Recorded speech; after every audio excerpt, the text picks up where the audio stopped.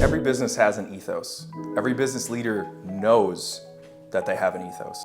Every business leader claims that they can define their ethos. We're here to dive into that. Who you are as a business, it needs to be expressible and communicable to your stakeholders, namely your employees and your customers, the people who are going to walk your vision out with you. If you're not thinking about how you define your ethos, you are leaving money, buy-in, and impact on the table. The first concept within ethos is infinite purpose versus finite purpose. Infinite purpose doesn't have a deadline and it doesn't have a metric. It's something that you will go after for the entirety of your working life or the life of your business, knowing that you will never fully achieve it, and that should excite you. That should sound something like, I'm going to help create economic equity in lower income areas, or I'm going to try to help solve the housing crisis. This is coupled with your finite pursuits. Those are things that have a deadline, things that have a metric associated with them, and things that are benchmarks on the way to your success. You will always run in the direction of your infinite purpose, and you should know that you're on the right track based on your finite pursuits within that. A finite pursuit might be get 10 new customers next year. A finite pursuit might be remove myself as the owner from a certain process within the business by the end of the year through hiring or outsourcing. Those are things you can say, is it done? Yes or no, check the box. And every time you set a finite pursuit, you should believe in your heart and probably have some data around it that it will get you closer to that infinite pursuit or will allow you to run faster toward that infinite pursuit. Every business needs both of these things. Problems arise when one or both are missing, but more commonly, problems arise when a business conflates one with the other. It's important to acknowledge that, hey, our year-end goal is really important today. We have to work on this today. The infinite pursuit, that is something that you need to use to guide your decision-making in the long term. And the best strategies accommodate both of those things. What do we do once we've defined the finite and infinite pursuits? Then we have to figure out where we are within our marketplace relative to the context around us. We start with differentiating factors. Differentiating factors are things that you can do uniquely or near uniquely that can give you an advantage over your competitors or over future potential competitors. This could be unique legislation where you are that allows you to operate better, differently, or faster. This could be perhaps a language offering that you have that nobody else does. This could be a unique pricing structure that you're able to tolerate or that you've innovated around. You need to know what these differentiating factors are. You need to know the rate at which others may enter the market and be able to do them.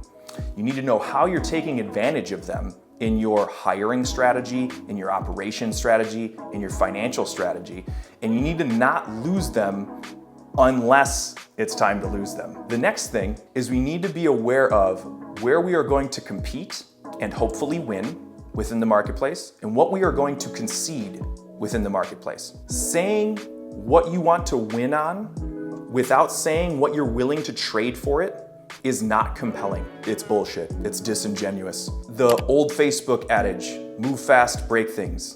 Zuck said, we want to move fast so badly that we are willing to break a few things along the way. That's how you need to be thinking about this problem. You may say that we want to be the best quality and the best customer service and the best tech and the cheapest and the fastest. That's not real. It's aspirational at best. Your customers, your employees, your prospective hires, they will pick up on that. That sounds like a bad sales pitch. But if you say, we are willing to give up being the lowest price and the fastest so that we can deliver the highest quality and the best customer service, that's compelling. When you say that to an employee, that might resonate with them and it might not. When you say it to a customer, it might resonate with them and it might not. You need to find the people who are optimizing for the same things you're optimizing for and are willing to concede the same things you're trying to concede. This leads us to who our people are. We have a target market.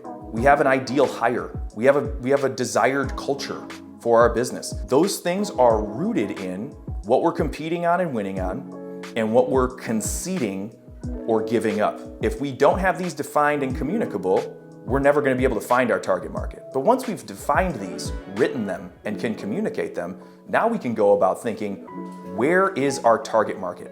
Where is our next hire hanging out right now? Are they at a big agency punching a time card and hating their life because they want to be more independent and creative? Well, then start looking at big agencies. Think about these things. Our target customer, if they are looking to optimize the same things you are, price, customer service, whatever it is, you need to know how that impacts them as a human being. What's their income bracket? What's their geography? Where are they working? What podcasts are they listening to? Who are they talking to about this problem or thing that they're trying to solve with your product? Who are they talking to about it? Are they talking to their kids, their contemporaries at work? Are they talking to their parents, their family? Are they posting about it on Facebook because they're pissed off that they had a bad experience somewhere? Think about this, and it will allow you to efficiently spend your time and money pursuing the right people. More importantly, it will allow you to not waste your money pursuing the wrong people and the wrong places. Once we have that figured out, we roll all that into our operating method. So however you build and deliver whatever it is you make, that might be a billable hour, it might be a pair of shoes, it might be a custom home build, and anything in between.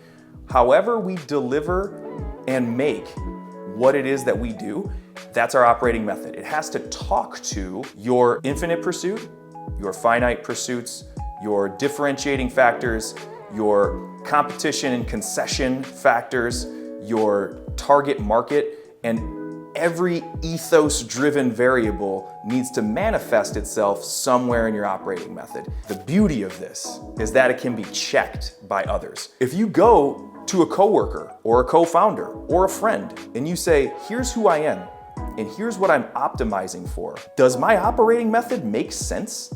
Does this track? Is this running in the same direction? And that outside feedback is something that most owners are too close to the chest to get on their own. And that's why we build the ethos in a communicable and transferable way, because then it becomes idealism. It becomes collectivism. And when that happens, we get better way faster.